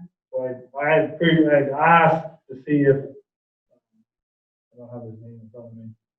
That guy. The representative, to ask if he could come up with something else, language-wise, put in front of us, and to be at our meeting tonight, but when BJ talked to them, he said that's common, that usually what they do is put their lawyer, talk with our lawyer, to hit spots that don't work for each other's and get Okay. something better in front of us. One of the things about it was actually a Massachusetts contract. Oh, okay, got you. So that was one of the different points. And they So that's, $5 million insurance policy. Oh, all right. Which is Why? If we're buying them. leasing. Oh, we're leasing. and there was some language in there that Vaughn felt was kind of sounded like, something was gonna break. And it wasn't gonna be covered by the lease, we were gonna have to fix everything, you know, like a lease car, Yeah. you know, they fix things. Right. So, the wording, 5 million, it would the only wording was a little off. cost a total of what? $80,000 for two of them, but they wanted a $5 million insurance. Right. He said it was the most one-sided contract. That was what was the $5 million for insurance on the equipment or It's like a liability? liability thing on us that we So are if something responsible in happens, case somebody faulty machine, our loved one died, we're gonna sue Right. you, and they can say, no, you have to sue me. Oh, I All right, so the last thing on the agenda is to discuss, personnel issues under executive. I'll move to executive. Second. So Paulie Rico made a motion. Dean Wright seconded the motion to go in executive session to talk about personnel issues. Not having any more discussion. All those in favor, signify by saying aye. Aye. All those opposed, say nay.